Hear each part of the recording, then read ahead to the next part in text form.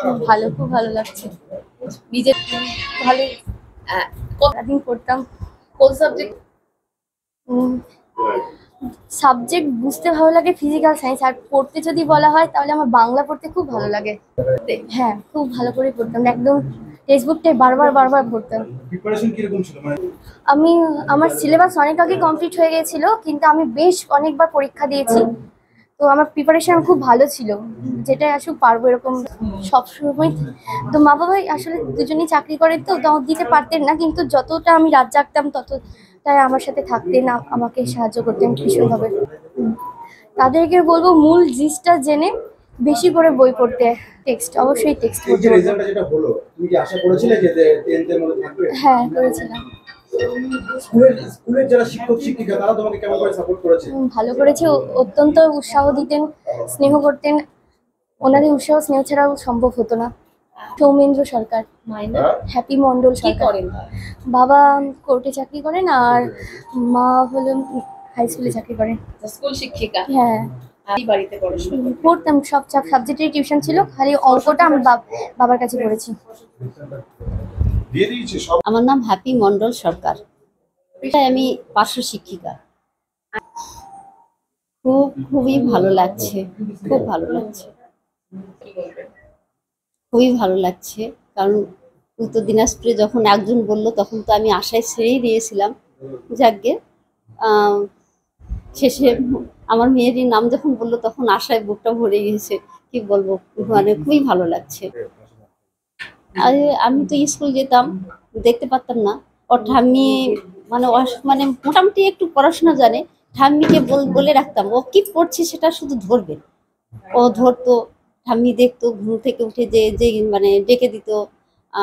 আমরা এসে আবার মানে লেবার দিতাম, যতটা পেরেছি লেবার দিয়েছি। তো ও তো বলছে আমি যে নিয়ে পড়ি কিন্তু গবেষণা করবো, লাস্টে গবেষণা করার ইচ্ছা। আপনাদের কোনো রকম ব্যক্তিগত? হ্যাঁ, ও যা করতে চাইছে যেন ওটা মানে তাতে যেন আমরা করাতে পারি আর কি, এটাই মানে চেষ্টা করবো। পড়াশোনা করতো মোটামুটি 7-8 ঘন্টার বেশি করতো, মানে পড়তো, ভালোই পড়তো। ভালো জায়গায় দেখতে চাই, একটা শীর্ষস্থানে যেন থাকে, দেশের যেন কাজে লাগে, এটাই দেখতে চাই। সে দেশের যেন সেবা করতে পারে ভবিষ্যতে। খুব পরিশ্রমী, পড়ার বিষয় খুব পরিশ্রমী। একটু যদি ক্লান্ত হয়ে যায়, ঘুম আসে, বললো ঠামি আমার পুরো আধ ঘন্টা পর, আমিও ঘড়ি দেখে রাখি, সবসময় বাড়িতে থাকি, ভিতরে থাকি, ঘড়ি দেখে আধ ঘন্টা পরেই ডাকি। আবার ভোর 5টায় যদি 2:30-3টায় হয়, বলবে 5টার সময় ডাকবা। আমারও ঘুম হয় না টেনশনে, আমি ওই 5টায় দেখবো। আমি তোমার ঘরে তো ঘড়ি নষ্ট হয়ে গেছে, তুমি কিভাবে জানো? আমি আমার একটা অনুমানিক আছে। তখন আমি 5টায় আবার ডেকে দিতাম, পড়তে উঠছি বলতো, তখন আমি আমার ঘর থেকে পাশে যে আবার ওর কাছে শুয়ে ঘুমিয়ে যাই, বসে থাকি, আমি আবার ডেকে দিতাম, ঠিক পড়তো। শোনা, চোখে জল দিয়ে এসো, চোখ দাও, ধুয়ে পড়তে বসো। খুশি, খুব খুশি, আমি খুব খুশি হয়েছি। আমি চাই ওর খুব লেখাপড়ার বিষয় যেমন ইচ্ছা সারা জীবন পূর্ণ হোক। আমি যতদিন বেঁচে থাকবো আমি দেখতে পাই, এটাই আমি আনন্দ। এখনকার দিনের ছেলে পেলে শুধু পড়াশোনা। ও যে আমার ঘর যে কয়টা এই নিচে উঠানের মধ্যে জানে না, ছোট ওর ভাইটা জানে, ও জানে না কয়টা রুম আছে আজও জানে না। ওই এত পড়াশোনা ছোটবেলার থেকে, সেই কিশোরলয়ে পড়েছে তখন থেকে ফার্স্ট। ওই ঘরের মধ্যে যতগুলা প্রাইজ, ওর ভাইয়ের 7টার সব, আর এই পাশের গুলো বই সব স্কুল থেকে ওর, সব ওই 2 ভাই বোনের ওরে বেশি। ছোটবেলার থেকে ফার্স্ট, ওই কিশোরলয় থাকতে থাকাই ফার্স্ট।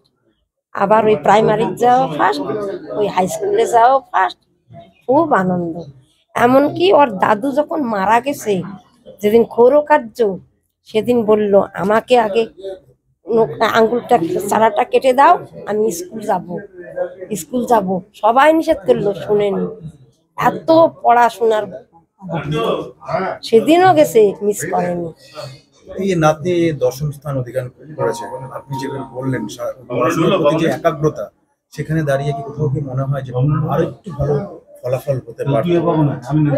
হ্যাঁ, যেভাবে ওর পড়ছে আর কি, সে হিসাবে ওর হয়নি, ওর 4-5 থাকা লাগতো আমার যা ধারণা।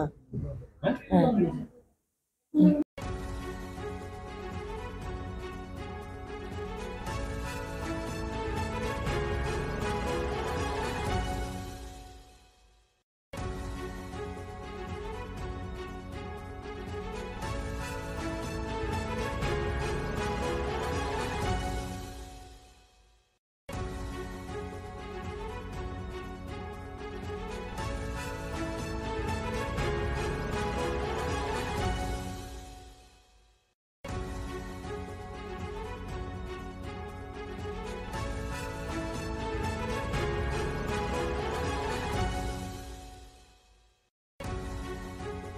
Wait. So this was your wedding look. Oh my god, Tammy, you look pretty. Dhaka থেকে যখন আইছিলাম এ হগল আমার মা আমারে পরায় দিছিল। It's so authentic, Tammy. I will go for this look. But what about my goina? সাদা রঙের রুমালটিতে গোলাপি রঙের কাজ, সব মিলিয়ে দারুণ হবে নতুন কনের সাজ।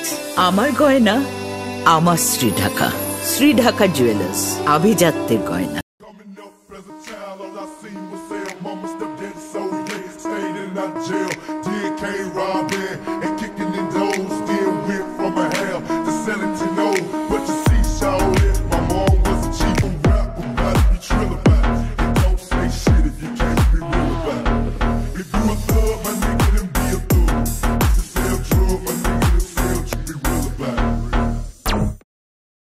সব মাই চায় মেয়েকে রাজরানীর মতন সাজাতে, সাজিয়ে তুলতে চায় সোনার গয়নায়।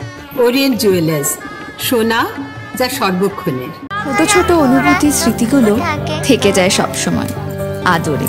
কুকু কুকু, কিরে হলো? আসছি। লকডাউন সময় তো হয়ে এলো। কিছু স্মৃতির ভাজেই তোলা থাকে শুভারম্ভে প্রাপ্তি। 50 বছরের অভিজ্ঞতায় আগ্নেশ্বর জুয়েলার্স, নিখুঁত গয়নার কারিগরি। Agneshwar jewellers, NS road, Raiganj.